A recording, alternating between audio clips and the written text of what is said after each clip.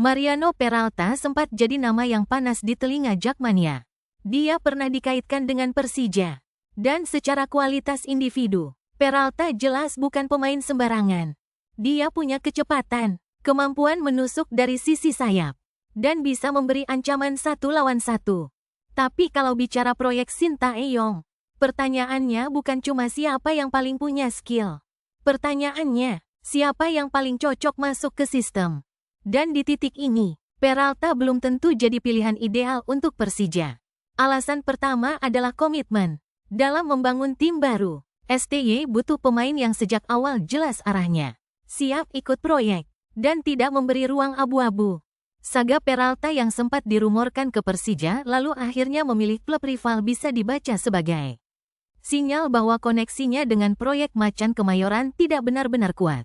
Buat pelatih seperti Sintayong, komitmen itu penting, karena sistem pressing dan transisi cepat hanya bisa jalan kalau semua pemain percaya dan bergerak dalam satu struktur. Alasan kedua adalah disiplin taktik. Peralta kuat saat membawa bola dan menyerang ruang.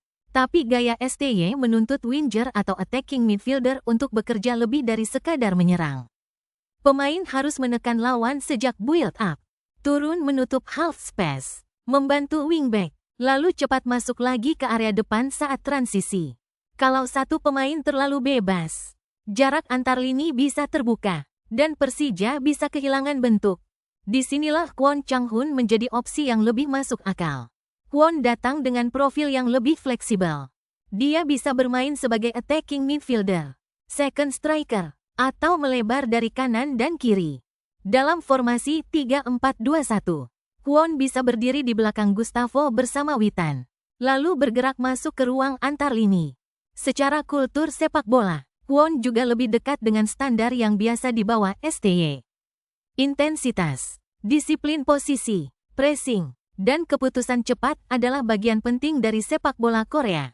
Itu membuat Kwon bukan hanya pengganti Peralta di atas kertas, tapi bisa jadi pemain yang lebih nyambung dengan kebutuhan taktik Persija. Jadi kehilangan Peralta mungkin terasa panas karena dia akhirnya menuju rival. Tapi dari sisi sistem, Persija tidak harus panik. Kalau STY ingin tim yang lebih rapi, lebih disiplin, dan lebih tajam dalam transisi, Kwon Chang-hun bisa menjadi jawaban yang lebih cocok. Kesimpulannya sederhana, Peralta pemain bagus, tapi belum tentu pemain yang tepat untuk era Sintayong. Persija butuh pemain yang total, patuh sistem, dan siap bekerja tanpa bola. Dan untuk kebutuhan itu, Kwon bisa jadi pilihan yang lebih logis.